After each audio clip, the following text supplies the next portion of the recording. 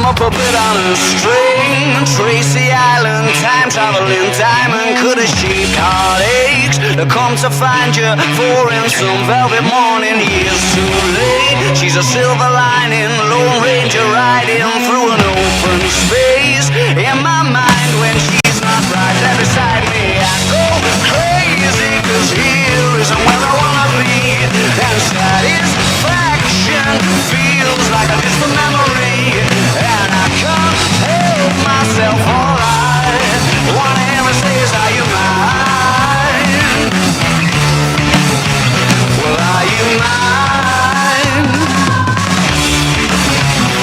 Are you mine? Are you mine? Alright.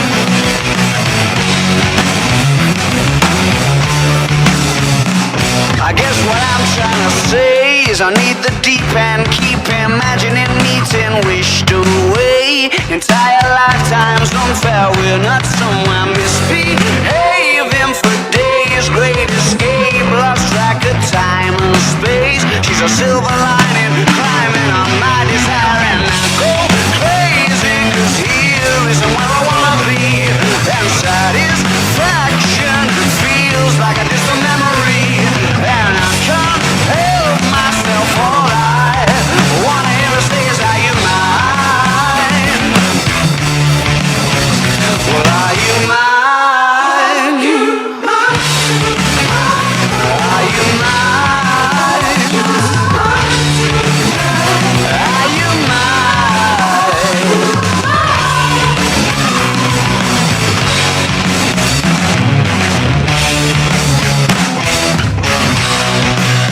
And the thrill of the chase moves in mysterious ways. So in case I'm mistaken, I just wanna hear you say you got me, baby, are you mine?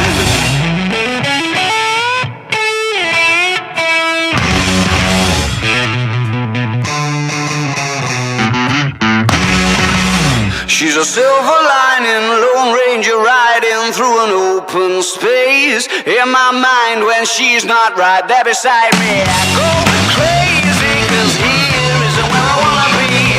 And satisfaction feels like a distant memory, and I can't help myself. Alright, one ever says, are you mine?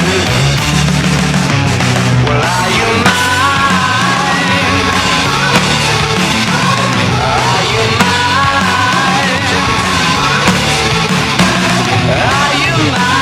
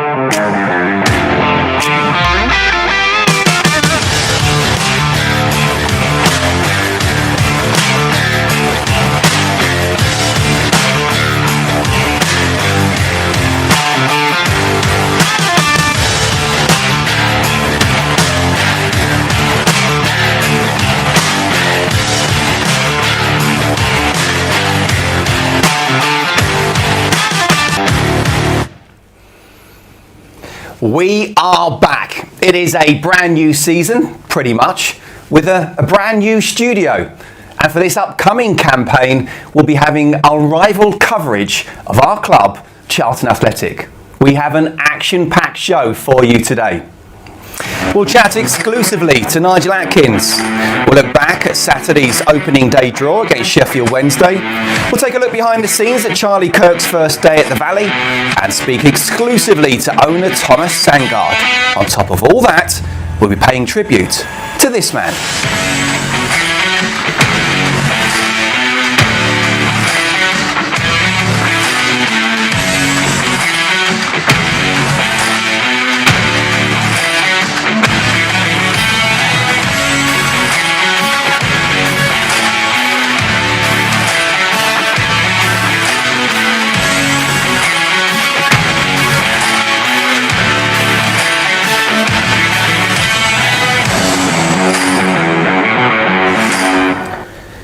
We went to all that effort to give Curbs his big day, and you know what? He's not even turned up today. He's sunning himself in Spain. Unbelievable. But look, in his absence, we've got a wonderful strike force. Two former teammates of mine, one former roomie. That's a lovely first time ball from Colin Walsh out towards the right flank. Nelson cutting in. Gary Nelson on his left foot with a chance. Oh, fine goal. Out to Chris Grant. Cocker makes the goal. Cleveland!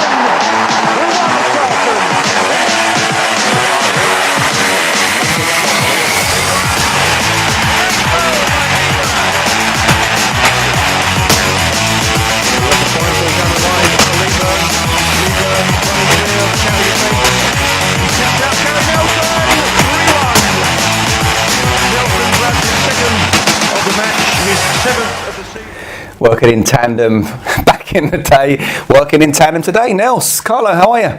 Good, thank you. Looking forward to it, yeah. Good roomie. Can you believe that about Curbs? He's only gone off to Spain. Yeah, did he have to go through the Blackwall Tunnel? It's the first thing he said to me at the ground last week. Blackwall Tunnel again, Nels.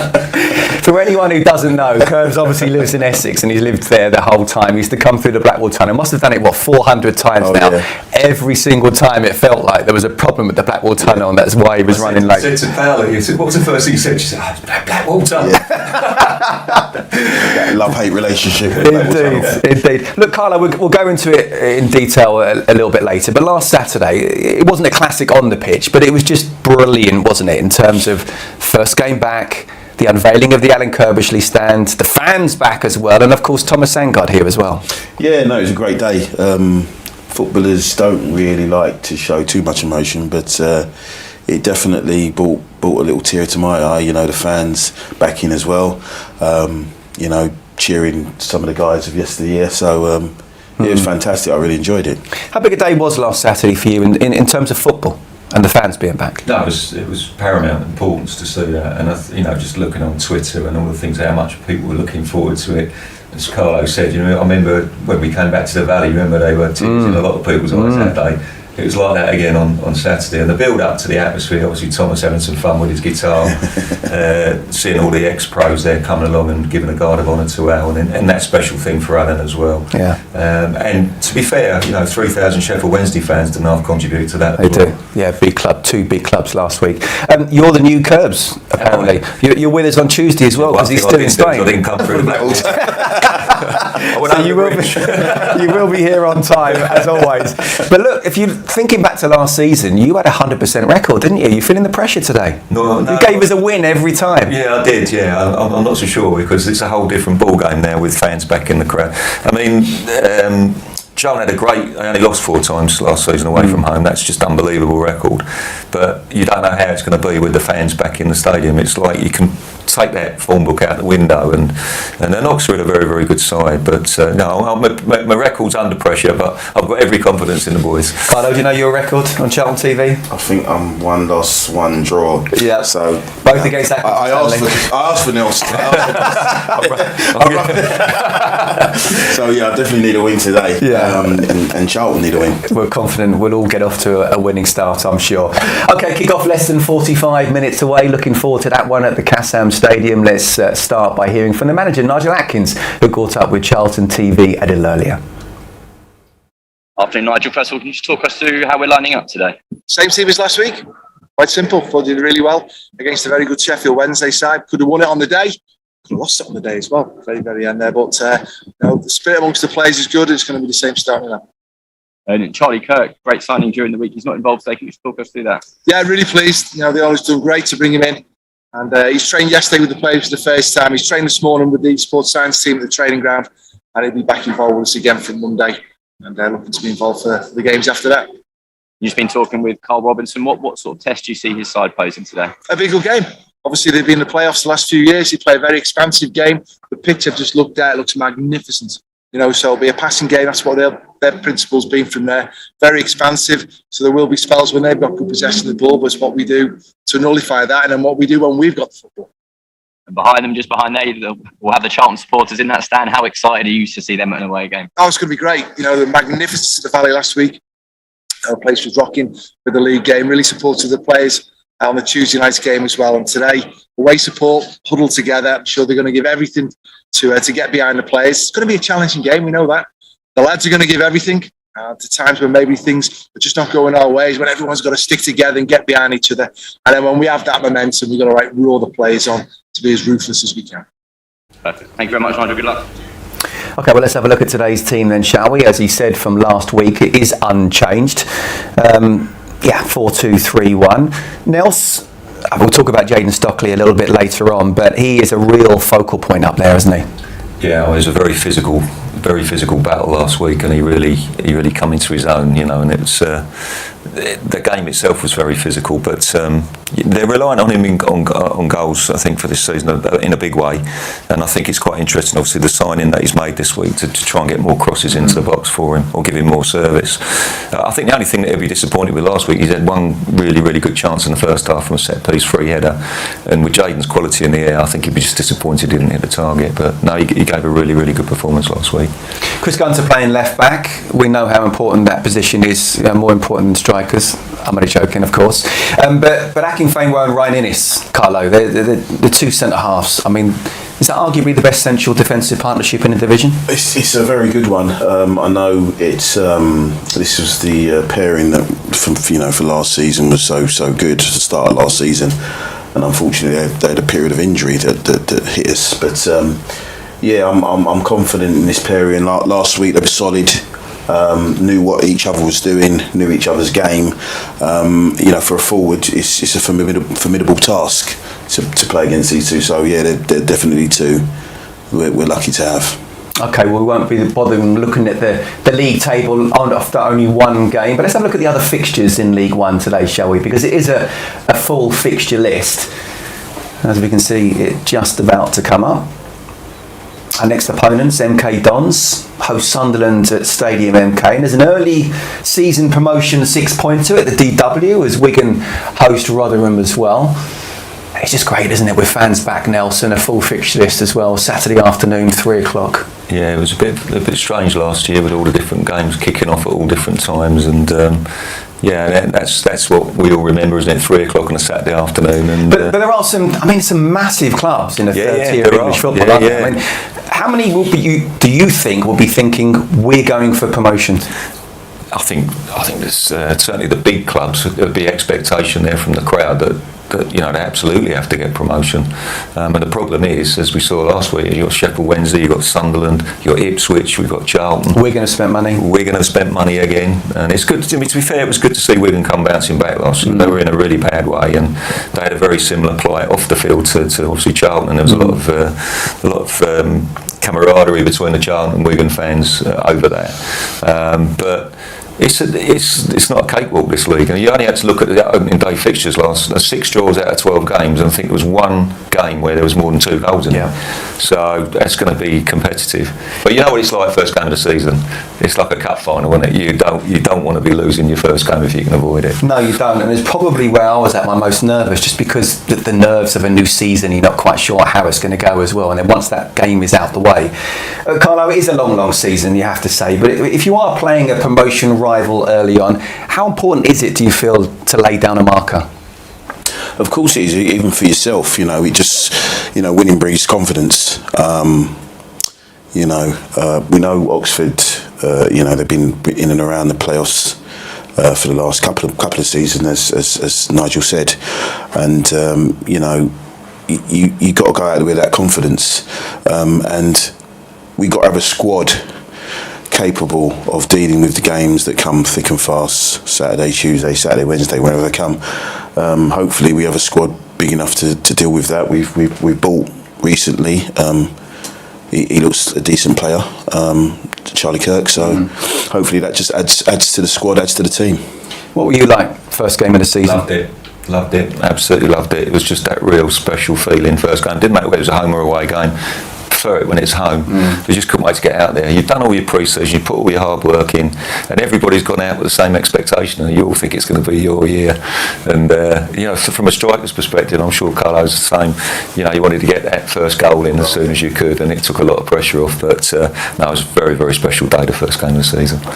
Good partnership, those two, and they're just looking at you two on screen there as well. I wouldn't say big man, little man, because you're not little now. Could still do a job now, I reckon. Okay, club news now, I think, and look, a few different things to talk about and to let you know as well. Firstly, Tuesday's game against MK Dons will be available to stream worldwide.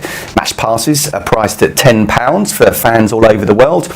International supporters can also watch by purchasing an annual Charltontv live subscription, which will make you great savings on the cost of match-to-match purchases over the course of the season. I'll be joined in the studio by Nels and also Matty Holland for that game. Always good to see him. Saturday's edition of Valley Review was completely sold out. More had been printed, and the Alan Kirbishley special, which is priced at £5, is now available to order online and will be soon available in person at the Valley Superstore as well. For supporters watching on YouTube in the UK at the moment, match tickets for our next 3 home games are now on sale. Wigan are the next to visit the Valley when they make the journey south next Saturday. Adult tickets start at just £18, and you can get yours by scanning the QR code on screen now.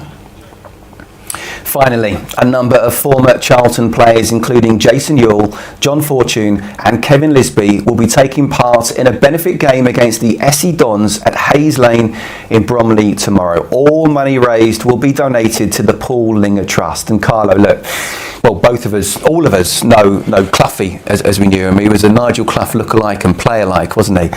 It's just terrible news to hear that he's terminally ill with cancer. How important is it that as many people try to get down to Bromley tomorrow as much as possible? Oh yeah, definitely. Myself and my whole family's going to make it down there. It's something that's been put together by Kevin Lisby, former Charlton, a chap named Andy Answer as well. They've come together, got the teams together, organised everything. It's down at the Bromley Football Club. And speaking to Andy today, he said, we need as many people there as we can. It's down at Bromley Football Club. You can still get tickets on the day to go down there. You can scan the QR code to go down there. You can also donate by buying a ticket.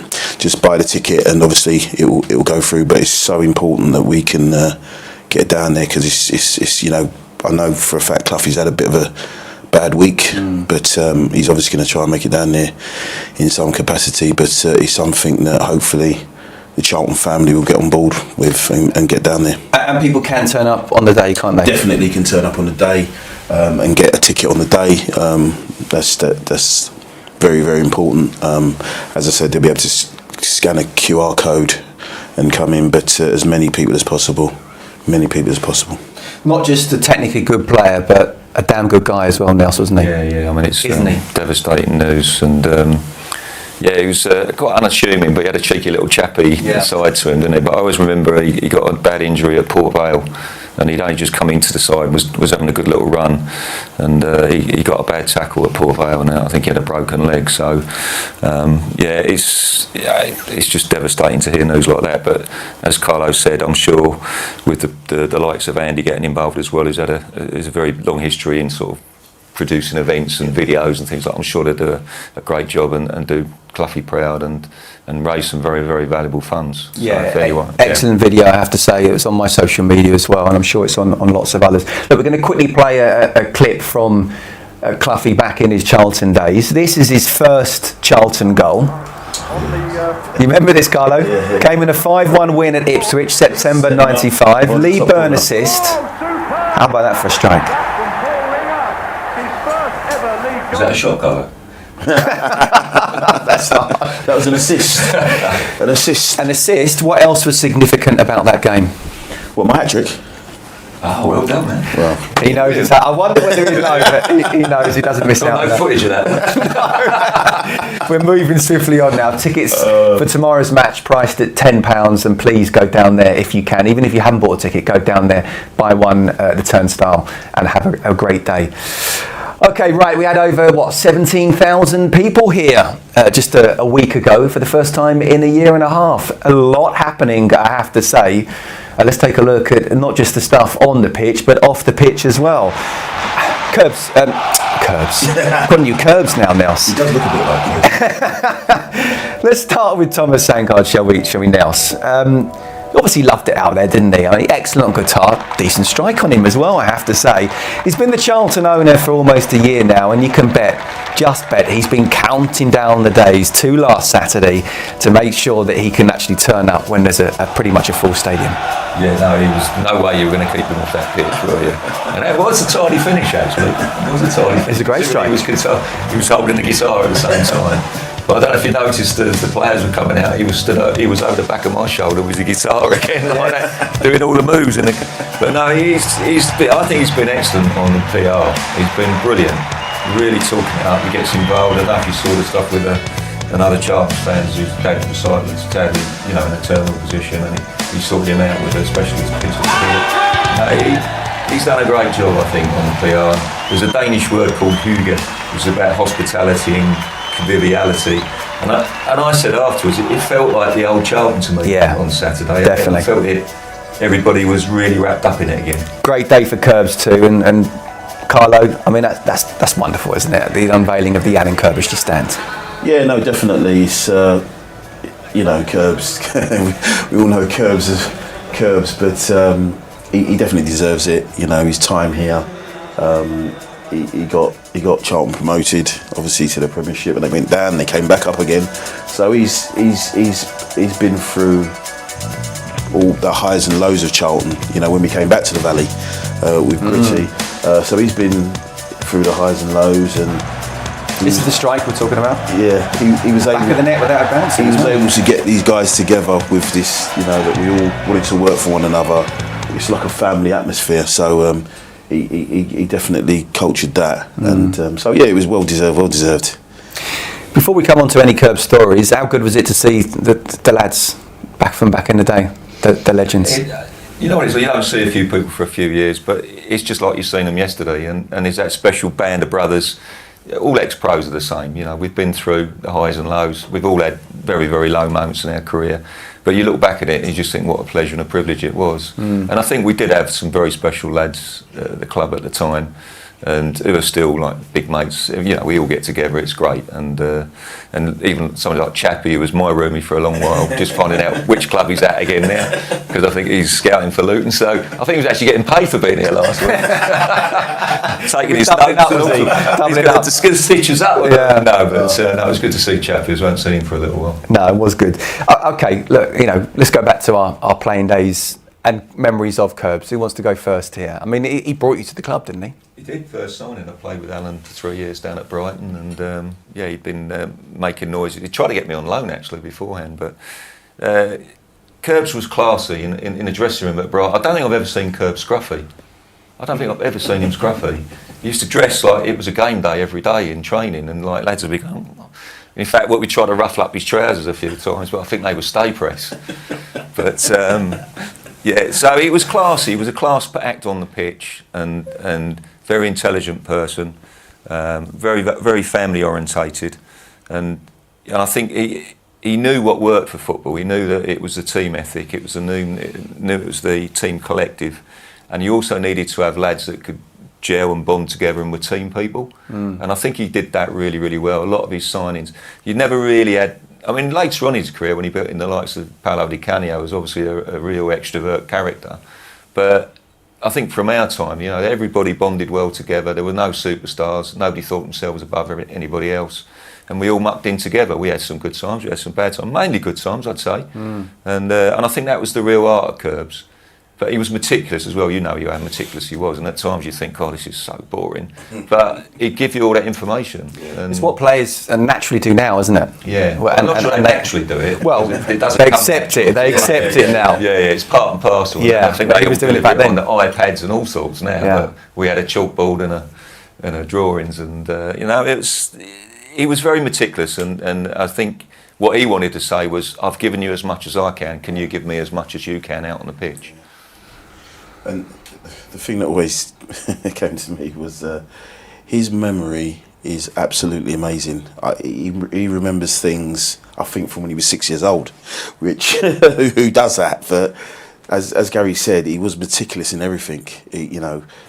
As he said, players that he was getting, he'd make sure he'd do his research on them, so they'd make sure they blend in good with the team. So, but his memory is out of this world. It's, I don't know if you remember the story of the last game at Blackburn Rovers, and we're all there.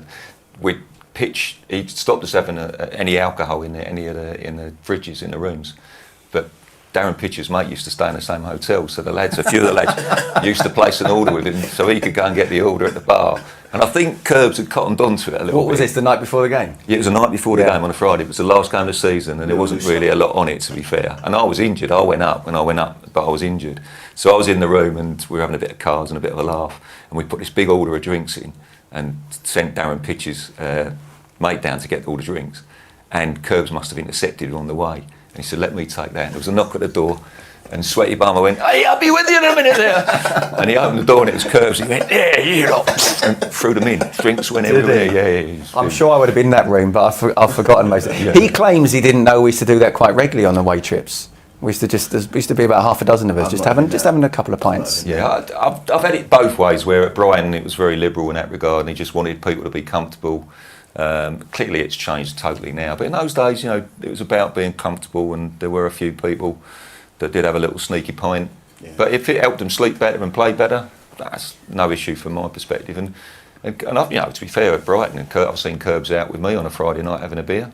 And but they change when they become a manager. Well, they change. You have to think about it as your way, and if you think that's wrong, then you're the manager now. It's your responsibility. Yeah, of course, when results are going your way, it's fine. Yeah, I think as long as you weren't abusing it, he could run with it. Because he was into that team spirit as well, isn't he? And he knew we were bonding as a team. But he also kind of looked after you just before you left as well, didn't he? Yeah, listen, even when I was in dispute with a contract, he always sort of kept me close to the team. Other managers may have bombed you out altogether, but he always said to me, "No, I'm going to keep you involved with the first team," and I always appreciated him for doing that. And even when I'd left and gone to Wimbledon, been let go at Wimbledon, I nearly went to Reading with Pardew. He allowed me to come back and train, and you think to yourself, okay, I'll train with the reserves and everything, but he said, no, you train with the first team. So he's I think, like other players, he's always going to be there for you and do you a favour. I know other stories with David White, some of the problems he had, he wasn't the easiest to manage at times, but again, Curbs just had a sort of open arms policy to try and help, so he's always had that about him. So how much does Charlton owe to Alan Curbishley for everything? Hugely indebted. You have to remember when he first came into the job, for all we said, they didn't have a lot of money. The money was getting the club back in, so you needed to be able to spot people that could come in and do a job for you on those resources, and he managed that really well. And then as it progressed and as he got better and better, Clive Mendonca, what a good signing that was. And you can go through his list of signings as the club progressed and thought, great signings. Kinsella, what a great signing, and so on and so forth. So they did the homework. He said he's meticulous, but all the time he was wanting to know what's the character. And then he teamed up with, I think having Keith here, we shouldn't also disregard Gritty's role in this as well in the first few years when we were there, because it was a whole new ball game, two of them trying to do it together, and it worked. It worked for them.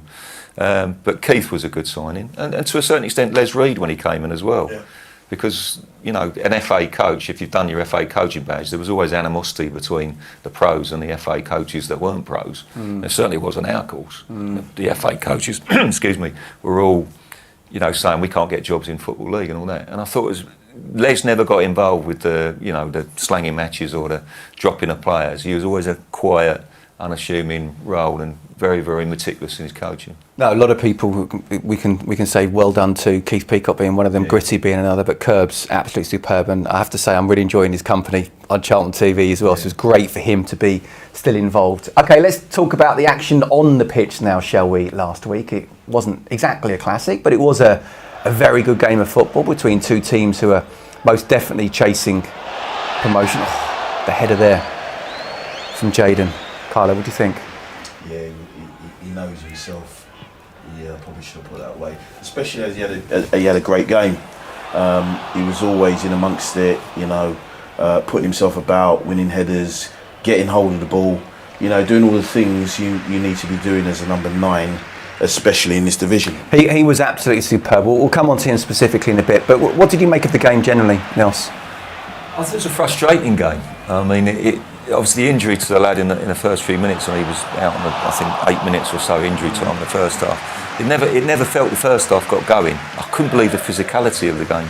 There was so much grabbing and pulling, but you know Darren Moore, he's a big lad. You wouldn't want to get on the wrong side, and I think his team plays in a kind of way, very, very strong, very physical, and they weren't giving no quarter whatsoever. So I just didn't see that there was development of passages of play that you could go, oh, there's a nice little combination. But you get that in the first game, don't you? Yeah. What do you think it was like for all the players really in all divisions with fans back? It's a definite adjustment. Yeah, but that's what you live to play football for, isn't it? Playing in front you of want people. it, but you haven't been used to it for 15, 16 months. Well, I think there was a special atmosphere because regardless of the result, there was just a great atmosphere.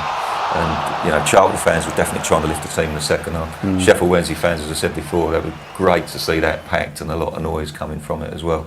And I have to say, really, for me, the standout performance was not from a Charlton player; it was from Barry Bannon in the middle of midfield, that I thought was just on a different level. There he is. If he had a right foot. Yeah, if he had a right foot. Yeah. He's probably going to be one of the best technical player in this division, Barry. And as I said, he showed it there. He nudged the defender there on purpose, and as you said, if he'd had a right foot like me, he might have put it in. But both of us left-footed. Well, I think Nigel was pleased with the result, wasn't he? He came out, and I know I think he knew that was a tough game. That was a physically tough game, and the lads stood up. It was a big physical battle, and the lads stood up. And I think it could have gone one way or the other. I thought personally Wednesday slightly edged it, but a 0-0 you'll take, I think. But Jayden, I think it's fair to say, was superb. He was so good. He was given man of the match by the sponsors, rightly so for you, Carlo. Yeah, no, he's going to be an important player in this league, and they want to try and keep him fit. And as Neil said there, not just Nigel saying that at the end of the game, because sometimes you can be in them games and be a bit down from you're at home. You're expected to win as one of the teams that's you're hoping is going to contend to going up. But that little word to say, you know what, we actually done all right. That can sort of boost you for the next game. So for him, 45 touches. I mean, the key passes and perhaps even clearances, but it shows what he's like in our own box as well. 45 touches in 90 minutes and 11 aerial duels won. That's a lot. That was one of the things I was going to say to you. His presence in our own box at set pieces. He made a 2 or 3 really, really strong clearances. His all-round game was excellent. I thought Ryan and Akin running close to man of the match. I thought they were excellent. It's the first time I've seen them live. Well, live. We haven't seen a lot of people live in there, but you know what I mean. It's the first time I've seen them as a pair, and very, very impressed. As you said, I think we covered that earlier. But no, he had an excellent first game. Okay, there was some transfer activity on Thursday. Let's go behind the scenes at how Charlie Kirk became an Addick.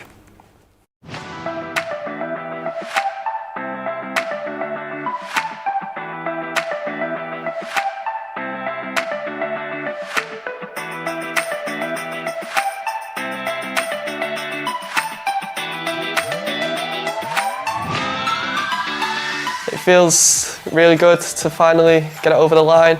I'm buzzing to be here. The stadium is unbelievable, and obviously I'm just really happy to be here now and get it over and done with. Charlie's been my number one target, has been our number one target.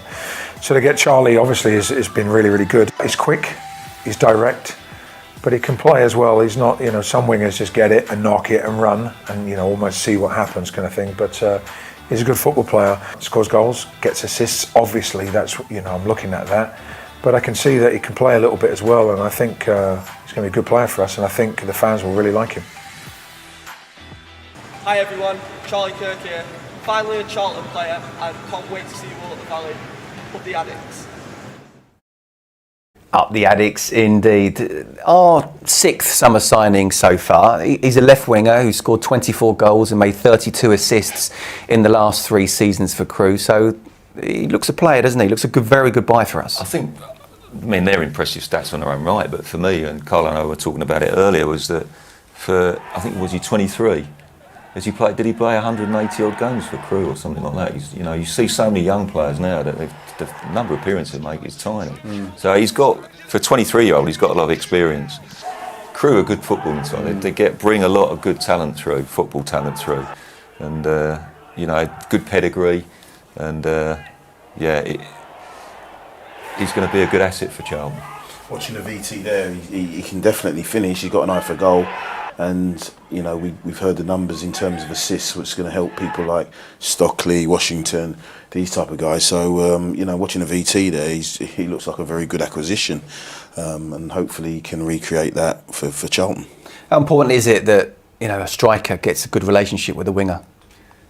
I think, to me, wingers have felt as if they've sort of gone out of the game a little bit. And the other thing that I've felt in watching a lot of football lately is they want to get that perfect cross. Quite a number of times they get into what you and I would probably think, let's get an early ball in for the big man to attack. But they want to turn out and lay, and then want to try and slot a pass rather than just get a sling across in there. I think it's vital, especially when you're playing a 3 up top. You need not just the assist side of it, but you need them to be contributing goals as well.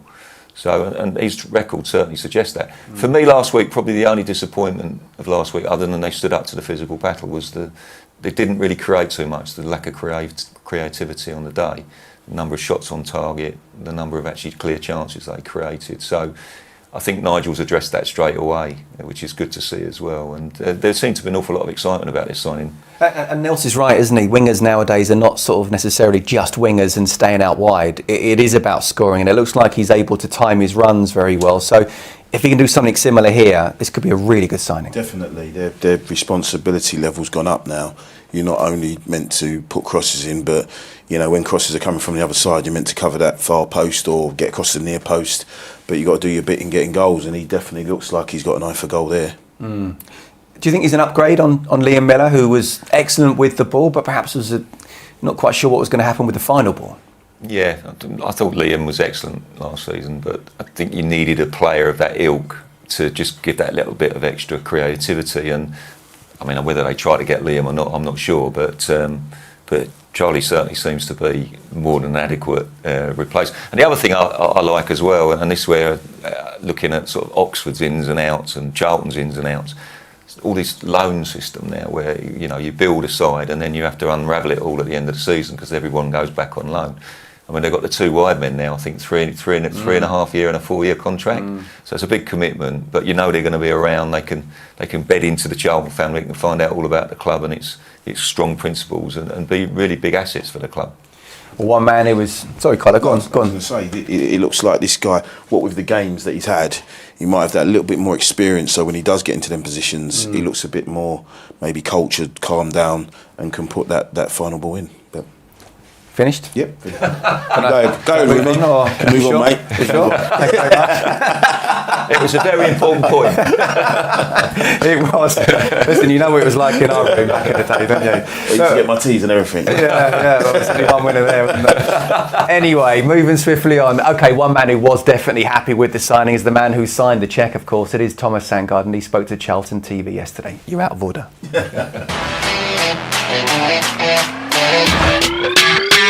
Well, I'm obviously extremely pleased with our new recruiting system and the way we're going about it.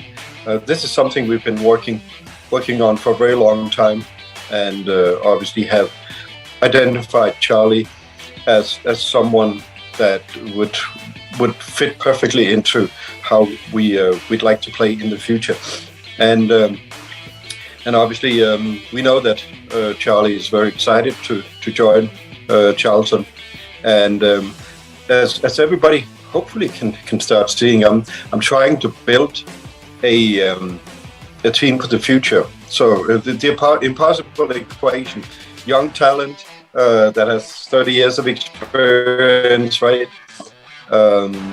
That's what I'm trying. But Charlie is one of those gems that has a lot of talent, and as far as I can see, I think he will be someone that can grow with us up through the tables, and develop as we as a club develop. So he's perfect. He's going to be a strong asset for us on the left wing, and obviously create even more chances. And we know from his history that he's also has the ability to score goals. So what we had last season in Liam Miller, we now have Charlie Kirk that I think is an even bigger talent.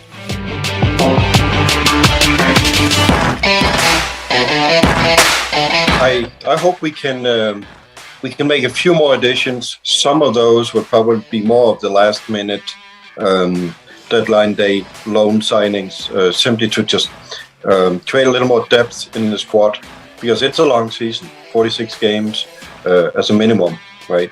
So that's we need a few more players in to strengthen the depth of the squad, but we pretty much have the makings of a starting first team now, and a decent depth. And by adding maybe up towards a handful more players before deadline, then we'll be well set for this season.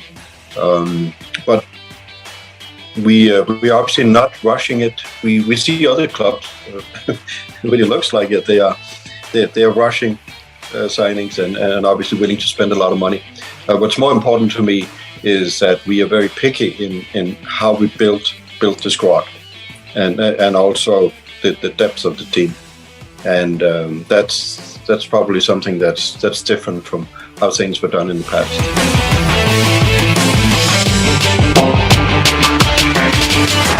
Oh, it was wonderful.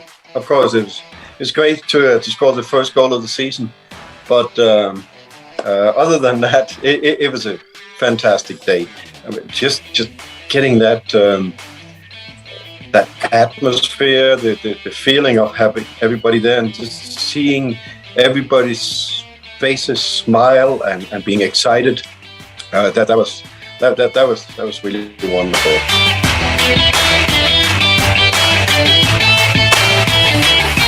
Oh, I'll be back over in a couple of weeks, so either right before or right after September 1st, I'll be back, and I might even have a chance to maybe attend a few away games as well. Yeah, great to hear from Thomas then. Yes, the first goal at the Valley. It was a very good strike as well. Look, I mean, there have been some Charlton fans over the summer that haven't been totally happy with the recruitment, but it's 6 summer signings now. He's talking about more as well. Important for the fans to hear actually Thomas explaining the transfer policy and the thinking behind everything, like we just heard there. Yeah, and he's more than happy to do that. But you know, fans are fans. They want, you know, the chairman's come along, has rescued the club, and can you stick your hand in your pocket still, please, for more signings, and particularly if they're big ones. I'm very fascinated by the model out in Midtjylland, who did brilliantly in Europe, and they're looking at young players, they're looking at the stats. And it's been a hugely successful model, and I think the lad at Brentford's done similar, the same. So I'm just wondering whether Thomas, being well aware of that, is honing in on that particular element with his talking about they want to be picky, they want to get the right players.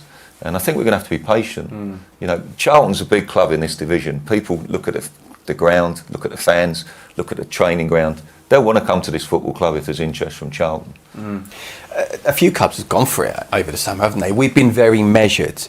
Of course, it's important to make the signings, but also important to get it right, especially if you're going to make signings for players on 3 and 4 year contracts, isn't it? Yeah, listening to Thomas there, it does seem like he's taking the slow burner approach, which, you know, is fine. You know, I look at it sometimes, he's sort of come to a house, he's had to strip it right back, and he's had to take care of some of the things that you might not see first, and then he's going to try and build it, because you can be forgiven as a Charlton fan thinking, you know, the anxiety of wanting to be in at least the Championship. You're thinking, oh, we haven't made any signings. Other people are making signings, we're not making them. But he's obviously going to take his time, and along with the team, they're going to think about who they're buying, when they're buying, how much they're going to buy for, and they're going to take it that approach. But it's good to hear him actually saying it, because when you don't say anything, people come up with all kind of ideas and think to yourself, oh no, are we going to be going through it again? But you know what? Whilst he's explaining what he's going to do, and he's saying he's going to be coming to some of the games as well, so that makes a big difference as well.